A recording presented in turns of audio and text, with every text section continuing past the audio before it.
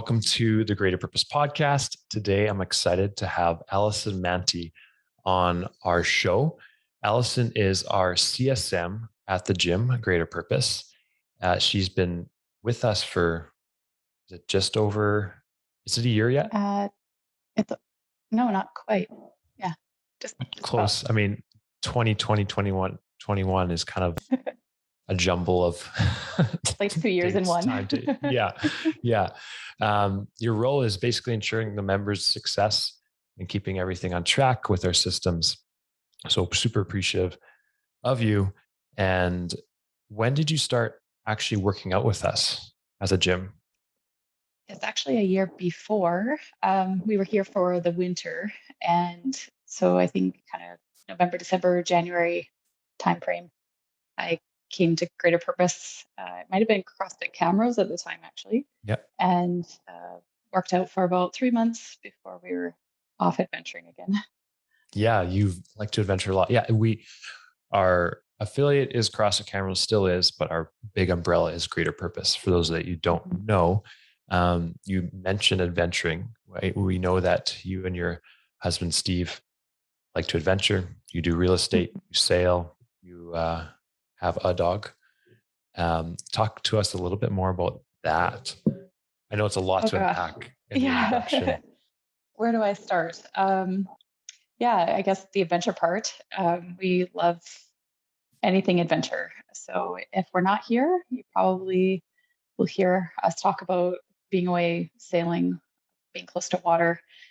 Like you said, recently we had our 10th anniversary, and I was going back through photos, and over the past 10 years, pretty much every photo had water involved, whether we're scuba diving on the Great Barrier Reef or sailing in the Caribbean. We also sailed down, we did a 12-day overnight, like day and night sailing with some friends down the West Coast a few years back. That was from San Diego to Cabo. Wow. Yeah, and then that got us kind of hooked that we really wanted to do it ourselves. And so the last 2 summers we've spent on the BC coast with our own sailboat and our dog Luna. She's a bit of an adventurer. I was surprised actually. Steve got Luna for us right before we took that sailboat out for the first season, and I wasn't sure about getting a dog and a boat all at the same time. Right. But she learned. She got her sea legs, and she's quite a little adventurer with us. So you kind of noticed afterwards that there was water in all your pictures. It's probably we don't really notice it until after, right? That we have a gravitation to something. Yeah. It's probably not surprising considering we met in a swimming pool. Okay. Come to think of it. Actually, I always joke about it because at the time I was training for a triathlon, and my husband was admittedly looking to find a wife, he says. But I was wearing a swimming cap and a one piece, and it was wintertime. So, of course, it probably had a few extra pounds. And so I said he obviously saw me for who I was and not my appearance.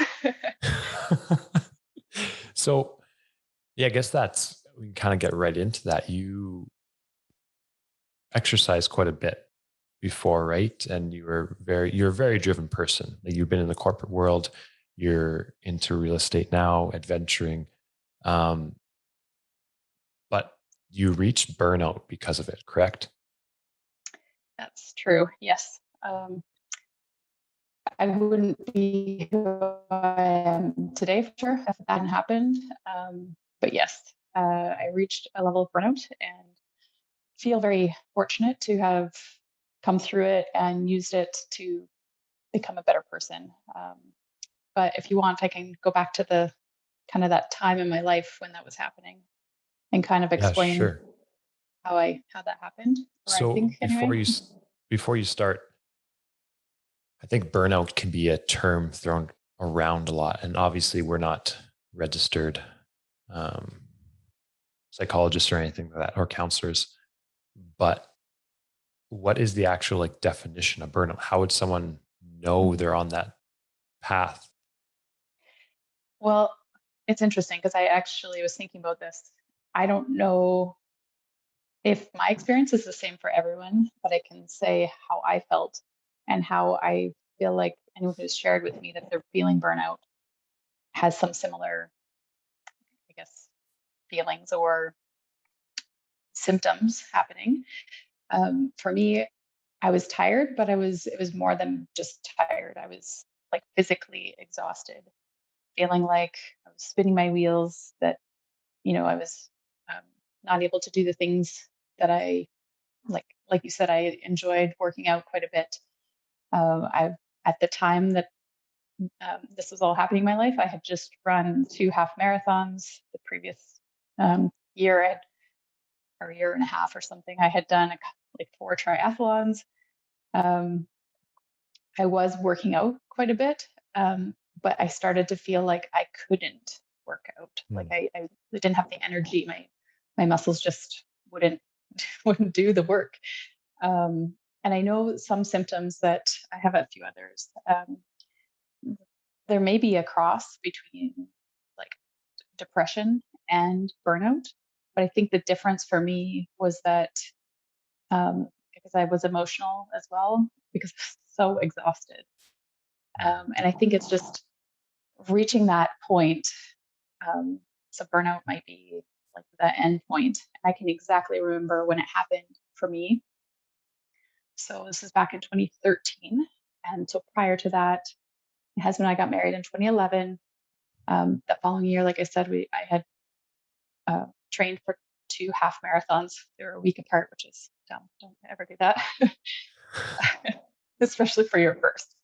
Right. Right. Um, and that fall, I was still working out, but was like putting on weight, and I didn't know what was going on. And I play volleyball in kind of winter seasons, and I was playing competitively. It was about probably 9 or 10 o'clock at night, and I was on the volleyball court, and my friend just looked at me and she said, "Are you okay?" And I don't remember what happened. I just remember that I missed the play, and I didn't even know I missed the play.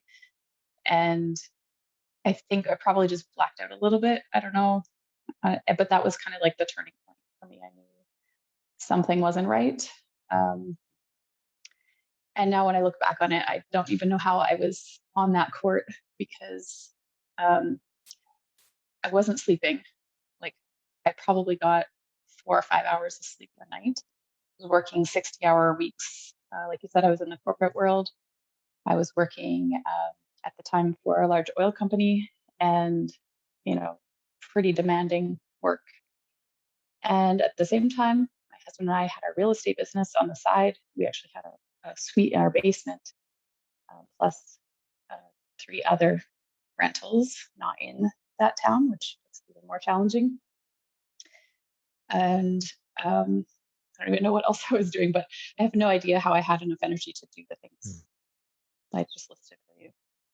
So basically, doing too much and then um, just reaching emotional exhaustion on top of physical exhaustion. So that's what it felt like for me. That's how I knew something was wrong. So, if looking back now, did you see any markers or warning signs? Because I think our bodies Mm, often give us warning signs. And we can even think about, this is a health and fitness podcast. Um, mhm. Chronic illness is a huge problem in our world. And we often have these little markers telling us to, like you said, make a change. Um, were there any markers for you? Looking back, I guess, because you said in the moment you Mm, didn't really notice, but looking back. definitely. And and actually, I was recognizing them, but I wasn't listening. So I 100% agree. I think our bodies are always telling us when something's not right. I think it's really easy to point external at the time, saying, "Oh, it's that thing right now. It's the pandemic." I'm not saying that those things don't impact. They do for sure. But I also know that for centuries, there's been stressors, on humans' lives, and we can point to them at any given time and just say, it's that thing that's causing me to feel this way. For me, yes, the ones I remember, because I was at the time working in an office type job, but I had previously worked for other large companies. So I had worked in the East Coast, which is where I'm from. Uh, and each role, I would get to like the 1 year mark, and I would just have this feeling like this is not what I'm supposed to be doing. I should, I kind of reached that point of I've challenged myself, I've learned this role, but this is not that kept me interested enough, I guess, to stay in that, but it was not fulfilling. And it was what spurred me to continue moving and continue trying to find something that made me happy. But that sense of knowing that this is not right was there in every job that I had previously.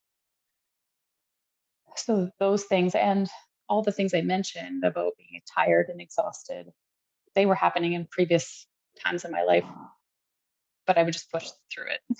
Like I would sleep, easily 16 hours on a Friday night, and I would get up at noon on Wow. Saturday. Like that should have been a sign, like, it's a long time to, and then Yeah. not feel rested. Um, yeah, those were definitely signs I just wasn't listening to them. Yeah. It's kind of makes me think of the load versus capacity thing we go over with clients in the gym. Um, like you mentioned, we want to think linearly. Like this is what caused my injury. This one thing caused my burnout. But if you picture a cup of water and the top of the empty cup being your capacity, like something happens once you reach that capacity, the water starts spilling over. You can add different liquids in there. Like it could be juice, it could be water. So water being physical stress, like you're working out a lot.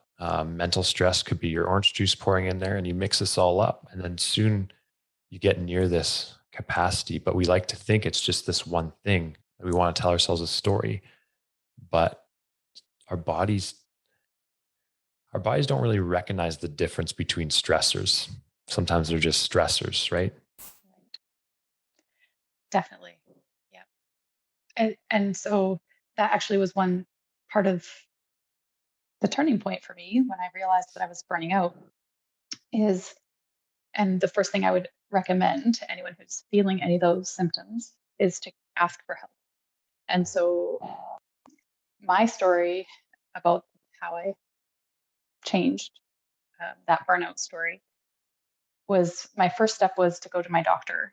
And, you know, I want to stop and say that I 1000% believe in Western medicine, that we wouldn't be probably sitting here if it didn't exist. Right. But I also do believe that God gave us trees and plants and things that on this world and other humans to help us heal. Mhm. And so when I went to my doctor, I really wasn't quite happy with his answer because he just wanted to give me a drug that would basically, I was crying. I was in his office crying, saying, my body's not doing what I want it to do. And his answer was, you're just depressed.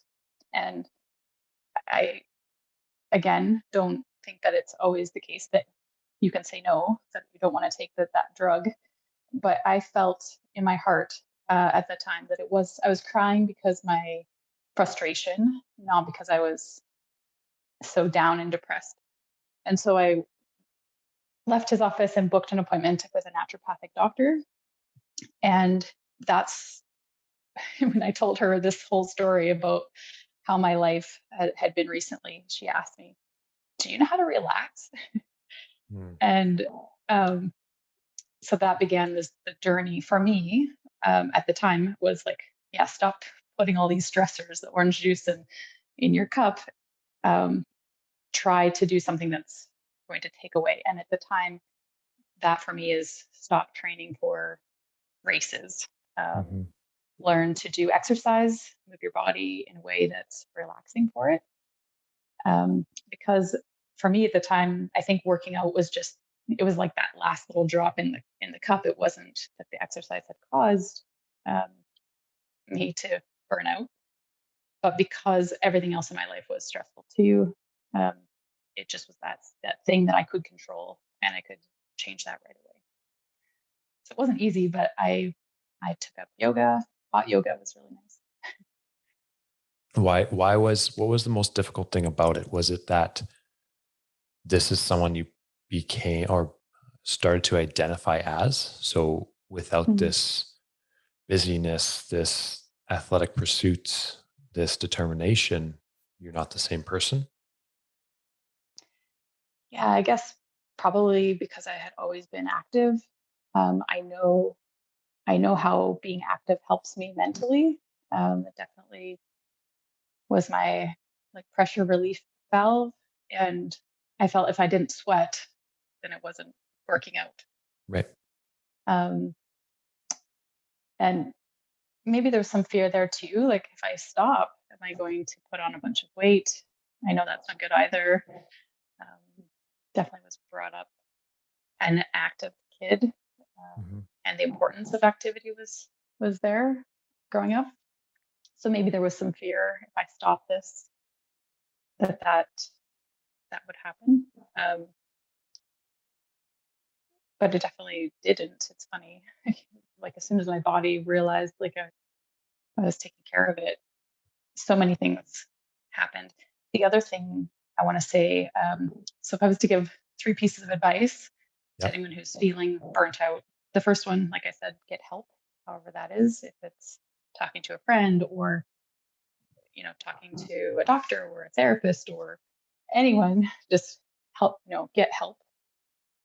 And the second one would be to figure out your physiology. Um, so for me, with a naturopathic doctor, we went through a process of eliminating certain foods that she thought might also be a stress in my life. I had shared there were certain things previously that I had problems digesting dairy, for example. So we eliminated a few foods, and I recognized when we put them back in that gluten for me was an emotional trigger. So food being an important one, and I thought that I ate pretty healthy up until then, but I was still eating dairy. I was just taking lactase pills, and Right. my body had been telling me for years this is not good. Mhm. So again, listening to our bodies, right? Um, but this is this is where greater purpose, health, and fitness comes in too when it comes to physiology, because it's not just figuring out how to work out hard. It's the mindset course. It's the nutrition course. So if you're at a point where you feel like you can't work out really intensely, there's other things in our whole wheelhouse that we need to take care of. Um, and it's a balance of all of them. So as Mhm. soon as you don't have, like we've all probably seen in a typical gym, the people that are just working out, um, they're not taking care of their mental health, and you can see it in the way that they react. Maybe um, actually, Jaleesa, your wife, and I were just talking yesterday about one thing I love about greater purpose is previous gyms that I've been to. There's often a few people in the gym who maybe have an ego and they make you feel like you're not good enough, and that definitely is not the case at greater purpose. It's everybody, the coaches, but also the people that work out there are just so friendly um, and welcoming and cheering. Like everyone's high fiving at the end, and Yeah. it's Yeah. just amazing. Yeah, you touched on a lot. I was taking notes the whole time. Sorry. It's fantastic. No, that's good. I want to touch on a few of those, but yet you're right. It is, well, I've talked about this on quite a few different episodes, but it's the flywheel aspect, right? It's purpose. Like you're talking about that. You're busy. I'm sure you're successful in the eyes of the world. And when you're doing corporate and real estate at the same time, but it wasn't fulfilling, right? That there was no purpose behind it. And there's the connection aspect, which you mentioned we try to facilitate at the gym.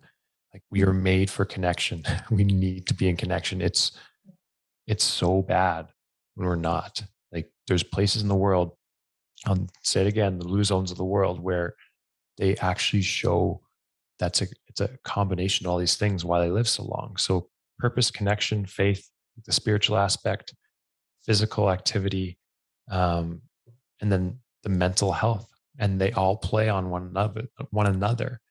But what Mhm. you said at the start, I kind of want to touch on is the difficult thing isn't always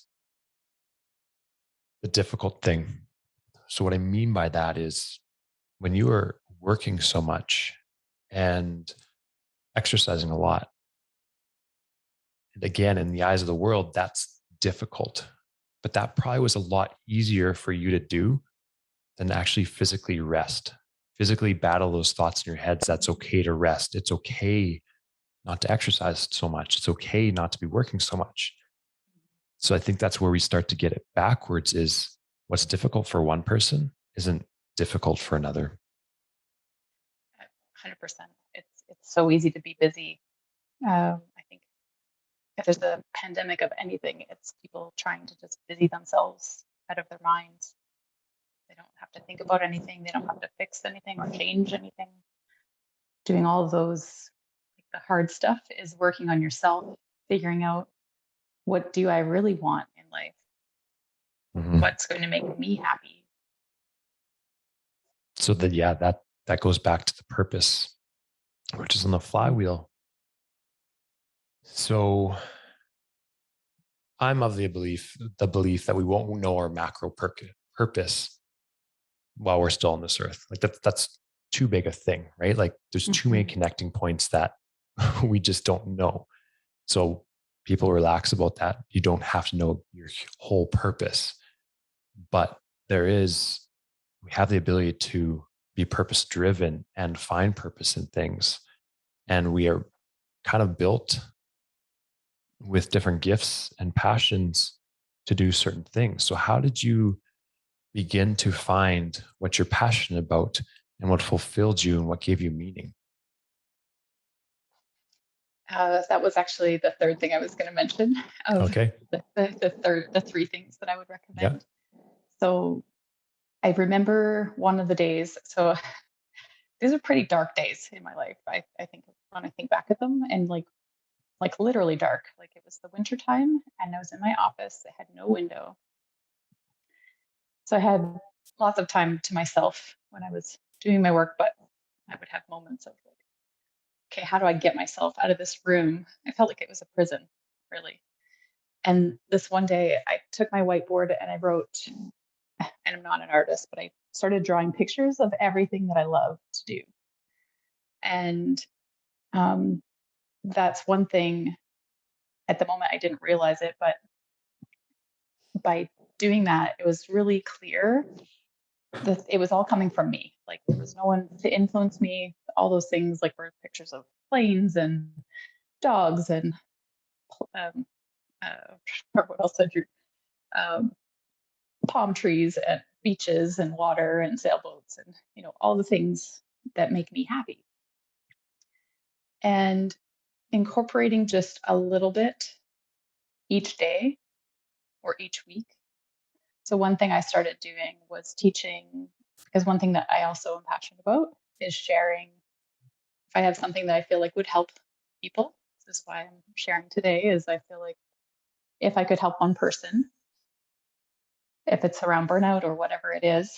But at that moment, the one thing I could share was helping people talk about work life balance.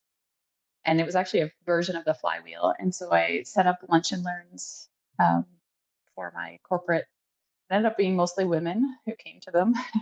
It's funny because, like, I guess maybe they're the ones that are ready for some change too. But um, that really helped me. So, teaching something that I was passionate about, incorporating something that I had something to look forward to in the week besides my job that I really was not enjoying at the time, and figuring out the things that I loved to do and start to develop a plan of how to incorporate more and more and more. And it basically just kind of like nutrition, like you start crowding out the bad things.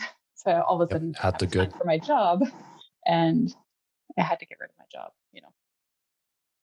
Yeah. And I think there's purpose within sharing our struggles. Because one, you help others avoid it. But then it's the contribution, the service aspect. Like I said a little before, we're made for community, but we're also made for service and serving others. And it's difficult, but it's extremely important to share our trials and struggles. Like you mentioned, my wife, Jaleesa, um, right? So she's sharing her struggles through exercise addiction, eating disorder. You're sharing your struggles through burnout. And kind of, I had a similar story where I reached burnout when we first opened the gym. I was coaching all the classes, doing all the business side of it. And I developed hives, like chronic hives, super uncomfortable for months. And I got shingles. And same kind of idea. I went to the doctor, they gave me steroids, didn't touch it. And I was getting grumpy and all these different things. And it was frustrating, right? Because I know our bodies can heal themselves. And same thing, like to reiterate what you said, Western medicine, we need it. But there is aspects that we can still use other things. So I went to a naturopathic doctor too, but I also invested in my own education and learned on myself. So whatever I say next, it's not, I can't prescribe it, but I tried on myself, like N equals one. I'm the case study for this. So I start to remove things from my diet.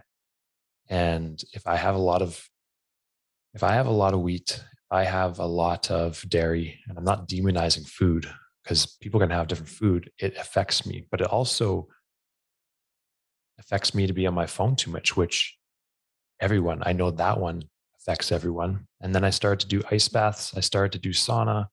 I started to do all these different things that, when in combination and done consistently, my hives disappeared.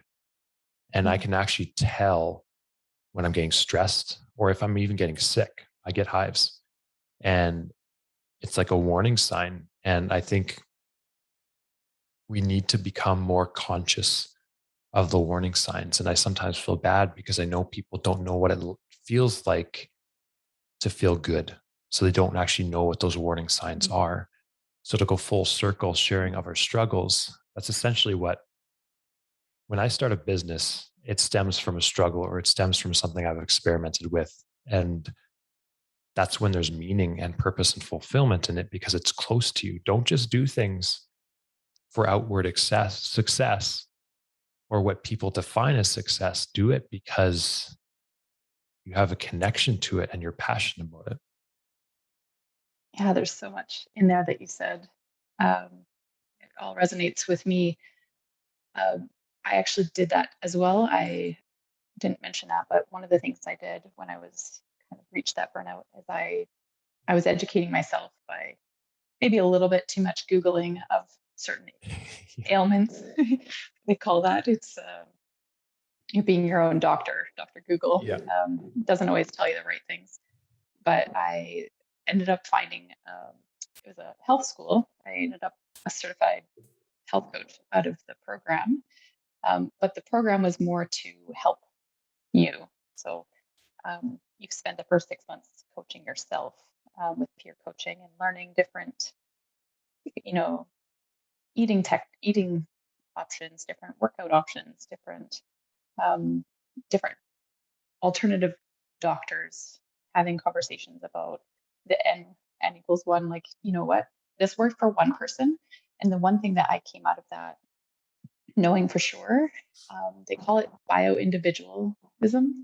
So basically, there's 100 diets out there. They've all worked for someone. There's a reason why it doesn't work for other people. It's because we are bio individuals and we are the only ones that can figure out what's going to work for us. So maybe, eating vegan works for someone. Great, do it. But maybe it only works for a year. And then you start to feel, you really have to constantly pay attention to how you're feeling in order to make those small changes in your life. Same thing, like it's not to demonize food, but we are all individuals. So, like you said too, if we don't listen to our bodies, maybe we've been eating or I don't want to demonize food either, but maybe it's like we have an allergy to coffee, heaven forbid. Mhm. But we've been drinking it our entire life and we don't really recognize that the reason why I have dry skin is because that's just an example. But Yep. um, I think it's about taking back your own power by figuring those things out. Yeah. And I forgot to mention I had to give up coffee for like a year and a half. Oh, That was tough, but it definitely felt the caffeine when I tried it again. um, mm-hmm. it, yeah, this is such a cool subject. And I think a lot of the diets and nutrition programs, and again, just talking from my own opinion, this is not backed by anything, but a lot of the things people have to use now, interventions are there because we are so unwell. Um, like if we had a society, we had a place where all these things were in combination, like the community, the faith, the spiritual aspect, the mental aspect, the physical, the good foods consistently, we probably wouldn't have to worry about as many interventions or as many like 180 turns, because in reality, it's just these warning signs are there to try to get us to turn the other way. And Andy Sinek said it in one of his books. Usually it takes, I'm paraphrasing this, I'm making my own, but it takes like a 2x4 to our head, like literally, hey, and that's what you said. You kind of had like a blackout moment. And that's what it took for you to start making some changes. Or someone is really self aware and they can see these warning signs. So I guess my suggestion would be take take a moment to analyze how you're actually feeling and start changing things slowly, or find an expert.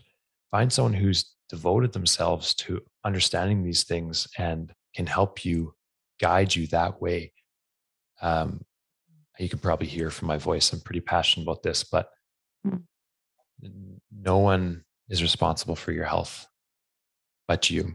It's yours to start to invest in. And that's what it is. You're investing your time and energy into something. Definitely. And if there's like, is there anything more important?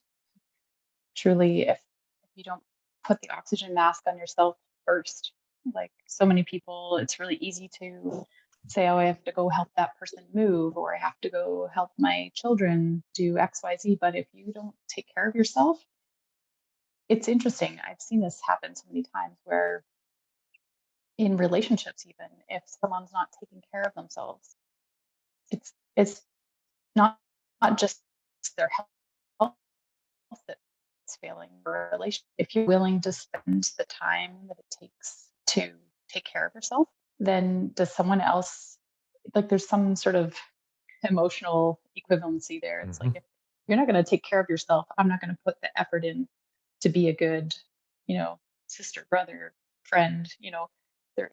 And it's amazing how just a shift in loving yourself and enough to take care of yourself can shift everything in your life. Yep. Yeah. I like the thought of that we're a steward of everything we have, right? Like if I think I've been given this body to invest in and take care of, and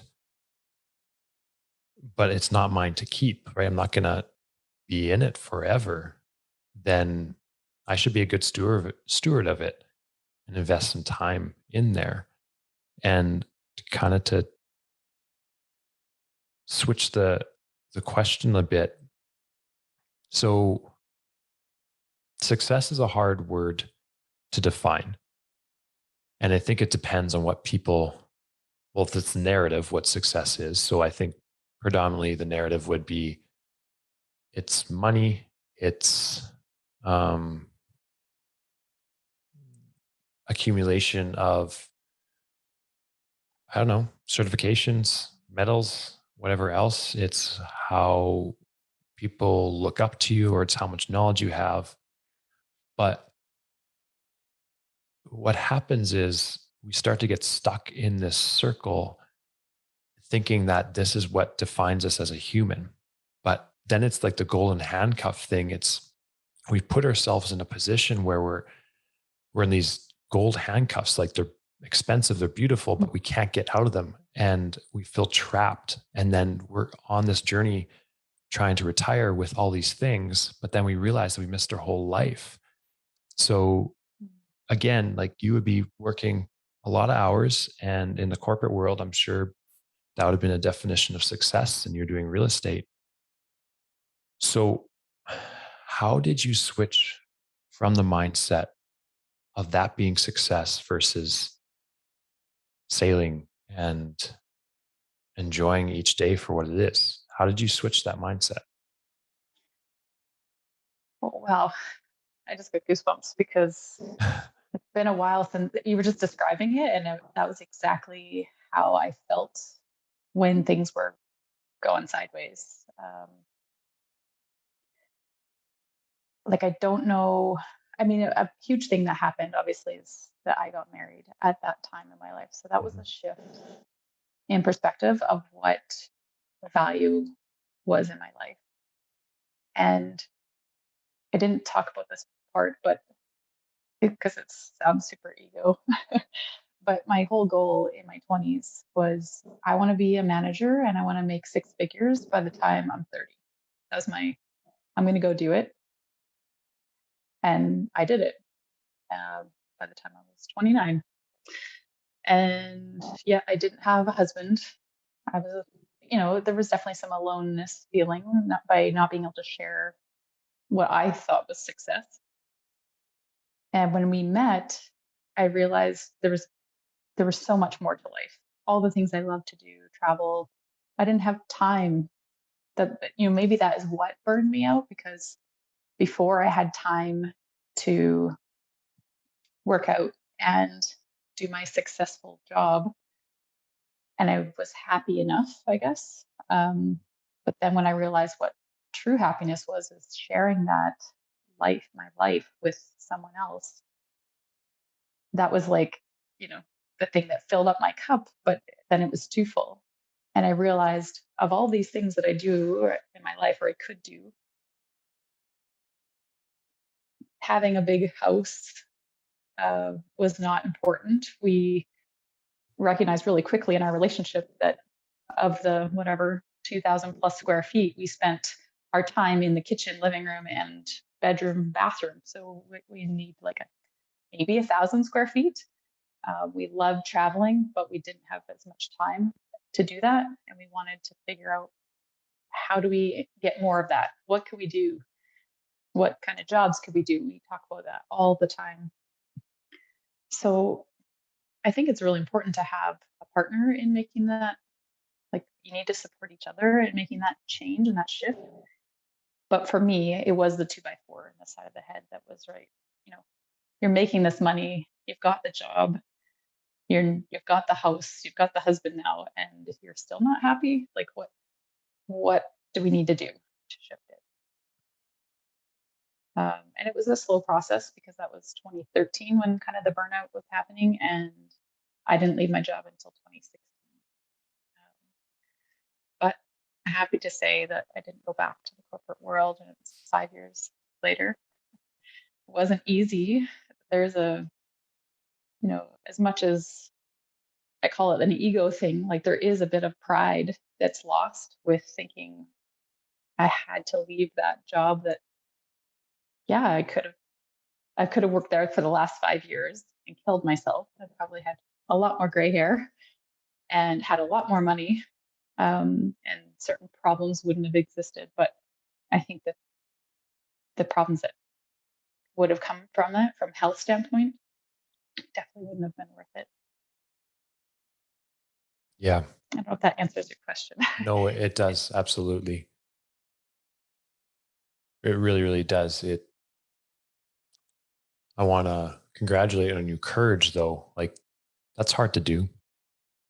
It's hard to make that change. And I think so many people listening are probably feeling the exact same thing, right? It's scary. And I think fear isn't always a bad thing. sometimes fear is letting you know there's something good on the other side. Like all these good things are a little uncomfortable and it's going to take some change, and change is scary. Um, but I also think that we use fear as an excuse not to do anything, and because we don't want to be uncomfortable. But it's almost like a slow poison when you just become complacent. And Jaleesa always lets me use one analogy, so I'm going to use an analogy because I love it. But I was walking past a river and I noticed that when it's flowing, like it's pretty clear. I mean, in Alberta, we don't have really clear water like in the mountains, or sorry, in the Rockies. But then one part of the river was cut off. The one part that was flowing was still pretty clear and it looked healthy. But then there was a part of that was cut off, and within 2 days, you started to see things fester. Like it became, when you become stagnant, when we become stagnant, we stop moving, we stop changing things out of fear, it starts to, I guess the word would be, manifest in not good things, right? Like whether that's our attitude, whether that's how we come off to people, whether that's our ability to care and love for other people, whether it's hives, whether it's a 2x4 to the side of the head where you black out, like you said, kind of deal. Not actually, if you guys haven't listened to the whole thing, Allyson didn't get hit in the head by a 2x4, but you have to listen to the rest. But that's it, right? Like it's scary, but if you don't keep moving, if you don't do the hard things, you become complacent. And then when you become complacent for too long, you become stagnant. And then it's really hard to clean all that out. Yeah. Oh, I think we could probably have 10 podcasts because there's so much I could talk to you about. Just and you're just talking about like the finding the job that really it's hard to get the gold handcuffs on because money is how we make a living. It's how we Mhm. live our lives, and it's really easy to you get a bonus, you go and spend it, you find a way to spend Yeah. your money, and you continue like that. But um, I challenge finances is another thing I'm really passionate about. And I think it's as important what we don't spend as what we do spend. So if you're looking to make a change and a shift, it's learning to have some control over your wants and desires, and figure out ways to have the things that you want, but that cost less money. Almost almost 100% of the time when we think about something that we want, we go to Kijiji, Facebook Marketplace first, check if someone's got it used, go to a yard sale. Um, and those are certain things that I actually believe have helped us keep our freedom to live a little bit more of you know, a lifestyle that is not locked down to, Monday to Friday. That was really important to us trying to find a job that didn't have restraints of like 2 weeks vacation a year. Mhm. But I just say this to help people start to think outside the box because when you feel like you're cuffed to your job, you're the only one that's going to be able to change that. Changing your spending habits is a first thing that you could do, to kind of take control of your life. And I was ready and still am. If I have to go be a greeter at Walmart, like I'm kind of willing to do whatever it takes to not to say that that's a bad job. I think that's why retired people do it because they get to meet people at the Mhm. door. I think it's a fun job. Um, but not putting limits on yourself to what it's going to look like. Just trusting that if you're in a position where you hate your job, you need to start working out a way to leave it because that's not going to help in your relationships. It's not going to help in your life. And doing just a small bit, it might take years. It took me 3 years to leave my job. Figuring out a plan. I'm sure in, you know, yourself or myself, if you want to touch base with me, um, if you're listening to this and you're like, I'm ready to make a change and I don't know how, there's people out there that can help you. Yeah. I guess that'd be a good place to plug in the purpose shift for me, but that's exactly what you're talking about, Allison, is what I want to help people with is understanding it's much more fulfilling to do something you're passionate about and things become less scary. Because people think money's bad, but money isn't like there's no intrinsic value to money. It's what we make it to be. It's an Hmm. exchange of value. It's simply that. But as soon as it becomes more than that, whether you have lots or little, then you're actually a slave to it. And then it starts to control you. But it's a finite thing. It doesn't actually have value. It just makes you more of what you already are. Um, so yeah, to plug that is that's what I want to help people with is those that are experiencing empty success, meaning they're doing everything that they see should make them happy and fulfilled, but they're still feeling empty. They're still feeling that lack of something. And I guess you and I can both say that there's much more meaning and fulfillment in sharing what you've been through and just deloading yourself so you can enjoy time and experiences and with people. Because in the end, that's what really matters. It doesn't really matter how many medals you have or how many promotions you get or all these different things. It doesn't matter. You can enjoy those things, you can strive for those things. But if you think your identity is attached to your past failures or future successes, you're just on the road to be continually disappointed and unfulfilled and sad. Yeah. And what's the quote? Like when you find work that you love, you never work a day in your life. Um, I believe that's true. Yeah, that's such a hard thing, right? When you, if you're someone who's in a job that you know you can't leave, like there's, like it takes a long time. Like you said, it was 3 years for Mhm. you to transition. That can be an overwhelming thing. But just because you don't agree with a truth doesn't make it any less true. Um, but there's some of you listening that you just feel stuck and you feel unhealthy and it's making you unhealthy. Those warning signs are happening. I guess I would challenge you, and I'm sure Allison would challenge you too, is to just start small.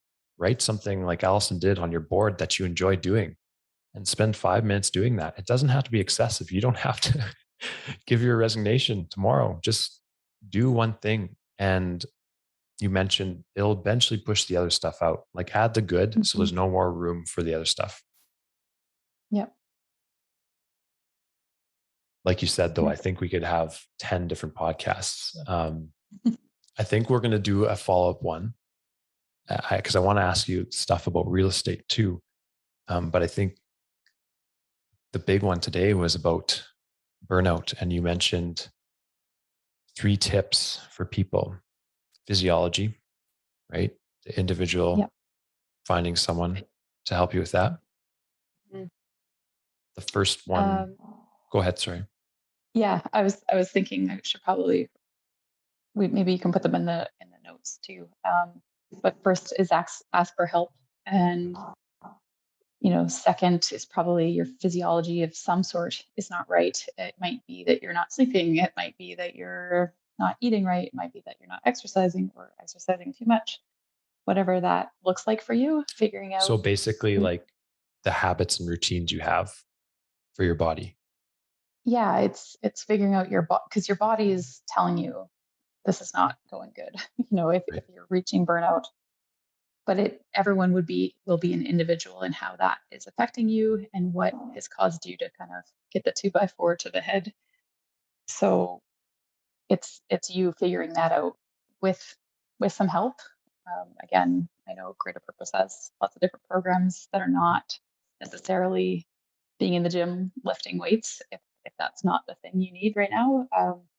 But figuring out your body, what's it what's it saying, and then the third thing is kind of along the same lines, but figuring out what makes you happy, what makes you, and so that's the whiteboard. You know, it could be anything from like a glass of wine makes me happy. A glass of like a cup of really good organic, fresh ground espresso coffee with as a latte is like, that brings a smile to my face. Just put it all down and think about it from, because I know a lot of moms sometimes, women especially, because we're all used to taking care of others, especially moms out there who are busy. Try to get a quiet space and do this exercise, but think about yourself. You can be greedy. You can be, for the first time today, or maybe this year, just think about yourself and only yourself, not, oh, watching the kids play makes me happy. Okay, that maybe makes you happy. Great. But think about yourself, without thinking about anyone else, because Mhm. it's really important that you take care of yourself first. Yep. Love it. That's going to be super helpful for people. So we always end the podcast on a couple different questions. Allyson, name one thing on your bucket list. Okay, nothing's ever a short answer for me. Um, That's okay. I want to say first of all, the bucket list thing. I love bucket list idea, but I realized for a while, probably a while back, that my bucket list had a bunch of stuff on it that was because my friend did it and I thought it was cool. So I just want to challenge you to look at your bucket list and to think about it as in, what do I want in my Yep. life? Like, let's say you have a year left. That's what the bucket list is meant to be, right? What do I want to do before I kick the bucket? But think of it in a positive light. So I like to say that, life is precious, instead of, people often say life is short. The life is precious. And so if life is precious, what would you do with it? Um, and on my list for sure, definitely comes from my heart and not something I see necessarily just see other people doing, is, sailing the South Pacific Cool. and building an off grid home. Those are the So top two. I know you're an ambitious person that will definitely achieve those. Do you have a timeline on either of those, or do you just kind of leave your bucket list stuff open ended? We, yeah, both my husband and I, we kind of leave it open. And I had this revelation during COVID that, so this is a huge change from when things were burning out in my life, but that we have, like, we are going to be the people that will have a big long list when we kick the bucket, because we have so many different things and they're not just in one path. So for us, COVID actually was a time that we could stop doing one thing and we picked, we're like, oh, we've got all these dreams. We've got a big long list. What fits into what's happening in the world right now? Oh, that thing and that thing and that thing. And that thing. So, um, yeah, we don't have a time frame. It's kind of like, you get the feeling when the feeling's right. Yep. We have a couple little, maybe it won't be on our own boat that we sail the South Pacific. We do have people we know who are sailing the South Pacific next year. We're hoping maybe they want to take us on board, but who knows? If that doesn't That's work out, awesome. we'll have to get our own boat. Yeah.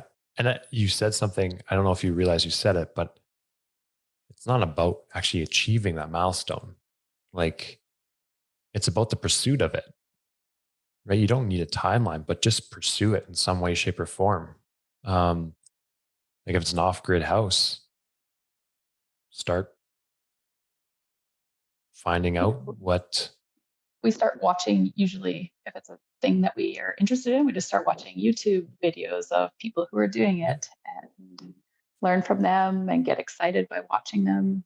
We watched sailing YouTube videos for probably 5 years. Um, and so, yeah, it gets us excited and helps us think of how we want to do it. Yep. That's exciting stuff too. Because I know my big goal is a big retreat center where people can kind of unwind and get some rest and enjoy the mountains. And I just thought, I told a friend, I mean, might as well start looking at a helicopter license. How cool would that be? Have an off grid Yeah. house that you have to fly to, and pretty cool to fly a helicopter and pursue it. Like, just Yeah, start being curious about stuff. exactly. That sounds awesome. So the goal is to help people. I know you gave us Mhm. 3 tips, so it's essentially giving us 4. if you could give one piece of wisdom, and I think wisdom is usually achieved through hardships, right? Finding the gold within the muck that you think could help someone. So a piece of wisdom that you think could help someone, what would it be? I think of this often when I listen to the Tim Ferriss podcast. He always asks, Mhm. if you had a billboard, what would you put on it? Oh, I like that. Hmm, I mean, I could have 100 billboards probably, but I think it's like figuring out, what do you want? I often think of this too when I think of, I wouldn't change anything in my life, but definitely that pursuit of the goal to make whatever 6 figures. Mm. I'd have no idea where that goal came from. That was just probably like, oh, what are you going to do in your life? I guess I'd better pick a goal. It was never from a place of, in my lifetime, like if you have teenagers at home, like, please have this conversation with them. But, and it can change, but what do you want? Like, do you want to have a huge 3,000 square foot home and a Ferrari in the, yeah, okay, if that's the case, then go after you're going to have to make a lot of money to do that. Mhm. But if you are someone that's like, I want to live in a tiny home on a beach somewhere, um, then don't pursue, like, if that's truly who you really want to be, don't pursue the long, stressful career, because you don't need to be stressed out to get to that end goal. Like, try to find work that you want to do that's going to feed the things that you want in your life. I That's a like long that. answer, but Right. It's finding out why you want something, right? Like mm, you probably didn't really know why you wanted the 6 figures. But if no there's a idea. meaning behind it, like if you're going to create something out of that, then there's a purpose behind it, right? There has to be something.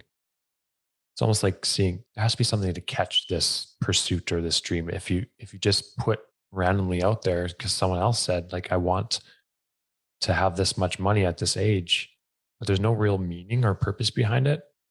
Why did you pick 6 figures? Why not Yeah, why five not figures? Why 7? not seven? Right? Like there's no meaning behind it. Yeah. Yeah, I like that a lot. So, what is the most positively impactful thing someone has ever said or done for you? Said to you or done for you? Well, so many people have impacted my life for sure. Um, but I'd have to say my mom. Mm. My mom she doesn't realize it, but she's a really strong woman. And she was a photographer when I was a baby, when I was a kid. So she taught me to smile. Like, people make fun of me in the photos because I was, 2 or 3, and I was posing with my little Smurf. But with like this big smile on my face. And so she definitely taught me to smile. And she would always say, um, her only hope for me would be that I'd be happy in life. That's So super powerful. And I think that's yeah, a great way to close it. right. Awesome. This has been fantastic and definitely going to have you on again and again. No, So, where can people find you? And first, I'm challenging you on the air to start making some videos of your sailing because I want to watch them. I know you have some oh on gosh, YouTube already, don't you?